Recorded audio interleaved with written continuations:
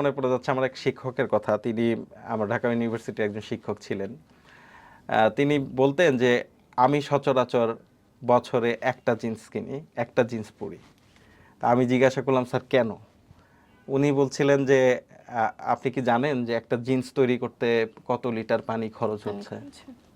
আমি স্যারকে বললাম, জি আমি জানি না স্যার। তো তিনি বলছিলেন যে অ্যাটলিস্ট ৭,৫০০ লিটার থেকে ১০,০০০ লিটার পর্যন্ত পানি খরচ হবে আপনার একটা জিন্স তৈরি করতে।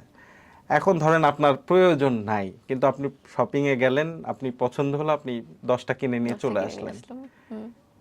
আপনার কাছে স্টক থাকলো, কিন্তু আপনি কনজিউম করলেন না।